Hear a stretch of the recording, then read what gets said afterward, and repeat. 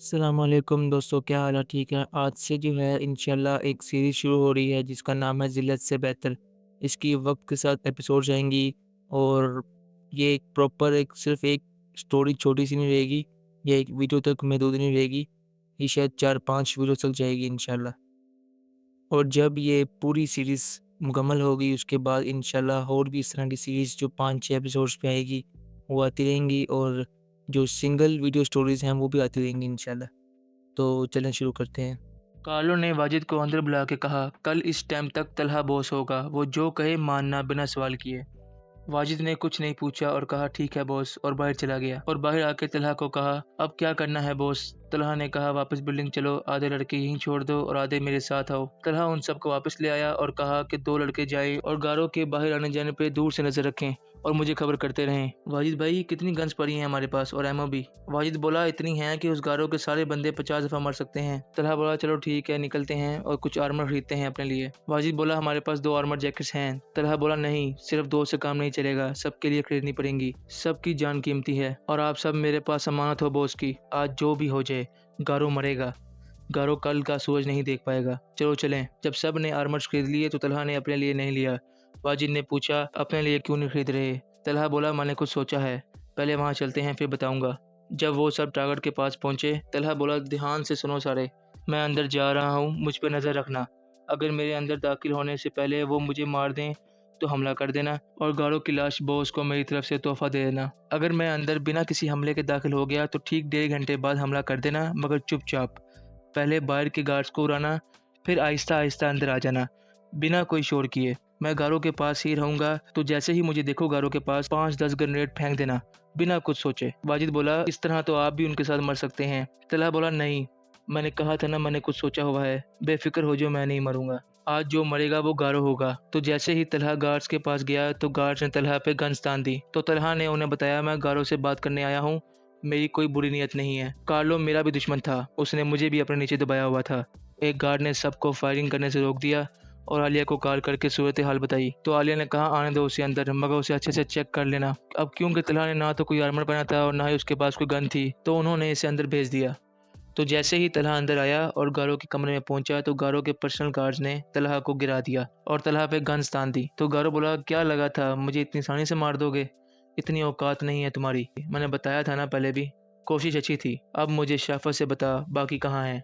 और हाँ, पहले ये तोहफा कबूल कर, ये उन्हीं दोनों कबूतरों की लाशें हैं जो तूने भेजे थे। आंखें निकाल दी हैं मैंने इनकी, बेचारे मुझ पे नजर रखने आए थे। तलहा बोला, प्लीज समझो मेरी बात को, मैं खुद उस कार्लो से जान छुड़ाना चाहता था, मैंने नहीं भेजा इन्हें, इन्हें उस चमचे वाजिद ने भेजा होगा। मैंने जैसे ही सुना कि कार्लो मर गया है तो मुझे लगा वाजिद मुझे कसूरवार समझेगा और मुझे मारने आएगा, तो मैं उसी को मारने गया, लेकिन वहाँ उस कार्लो के बहुत सारे लड़के थे, इसलिए मार नहीं पाया, तो आपके पास आ गया।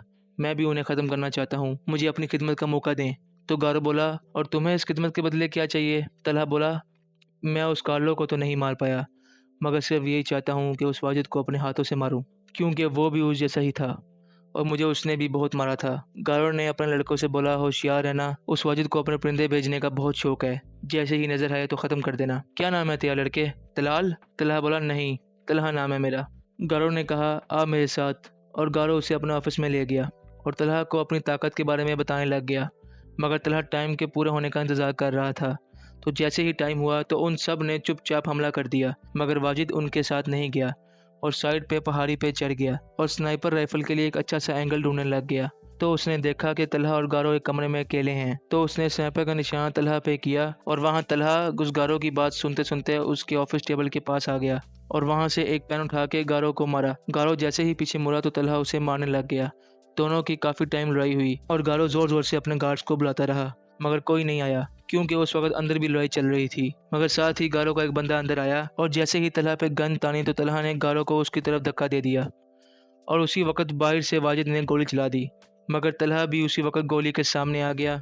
अब क्योंकि वाजिद ने स्नाइपर राइफल से गोली मारी थी, इसीलिए वो गोली तलहा के कंधे से गुजरते हुए गारो की खोपड़ी फाड़ के उस गार्ड के दिल में लग गई, मगर तलहा भी वहीं गिरा रह गया। वाजिद को लगा कि शायद उसने तलहा को भी मार दिया है, तो वो जल्दी से भागा। जैसे ही वो बिल्डिंग में घुसा तो उसने देखा कि गारो के सब बंदे मर चुके हैं। तो साथ ही वो उस कमरे की तरफ भागा और देखा कि तलहा काफ़ी जख्मी था। तो उसे उठाया और बाहर लेकर भागा और गाड़ी में बिठा के उसी हॉस्पिटल में ले आया जहाँ कार्लो भी है और फौरन से तलहा के जख्म पे पट्टी करवाई और वहीं इंतजार करने लग गया। तलहा 12 घंटे से ज्यादा बेहोश पड़ा रहा और जब उठा तो वाजिद वहीं बैठा था। तलहा कुछ हल्का सा बोला तो वाजिद जल्दी से उठा और उससे बात की और डॉक्टर्स को बुलाया तो डॉक्टर ने वाजिद को बताया कि बेफिक्र हो जाएं, ये खतरे से बाहर है मगर इनका कंधा पैरालाइज हो गया है, इसलिए अब पता नहीं ये कभी काम कर पाएगा या नहीं, मगर अगर ये मेडिसिन टाइम पे खाते रहे तो चांस है कि इनका कंधा वापस से पहले जैसा हो जाए। तलहा बोला, वाजिद भाई गारो मर चुका है? वाजिद बोला, हाँ मर चुका है, तुम आराम करो।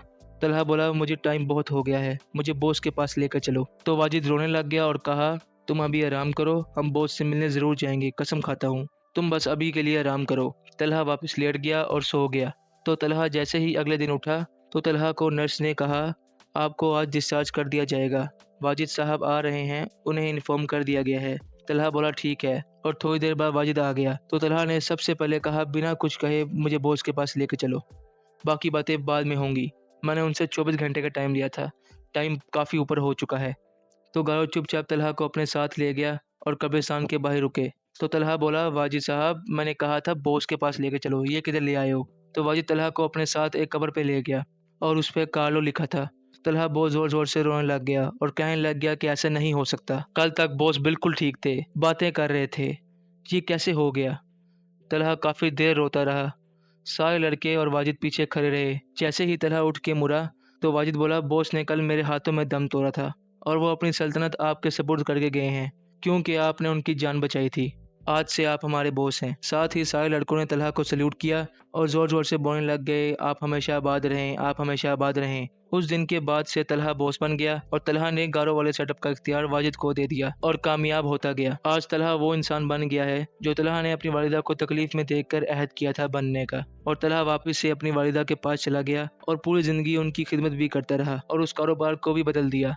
अब लाशों की जगह वाकई में हर इस्तेमाल के काबिल माल बिकता था और वाजिद तलहा दोनों साथ मिलकर बहुत कामयाब बन गए और दोनों भाइयों की तरह रहने लग गए। दोस्तों, ये कहानी यहीं ख़त्म होती है। आप सबका बहुत शुक्रिया यहाँ तक देखने का। आगे और भी मज़ीद ऐसी बेहतरीन कहानियाँ आती रहेंगी, उनके लिए सब्सक्राइब करके रख लें। और अगर आप चाहते हैं कि कार्लो की स्टोरी पे भी सीरीज़ आए तो जब इस वीडियो पे 1000 लाइक्स होंगे तो कार्लो की भी स्टोरी आ जाएगी। अब मिलेंगे अगली एक नई वीडियो में एक नई स्टोरी के साथ। तब तक के लिए अल्लाह हाफिज़।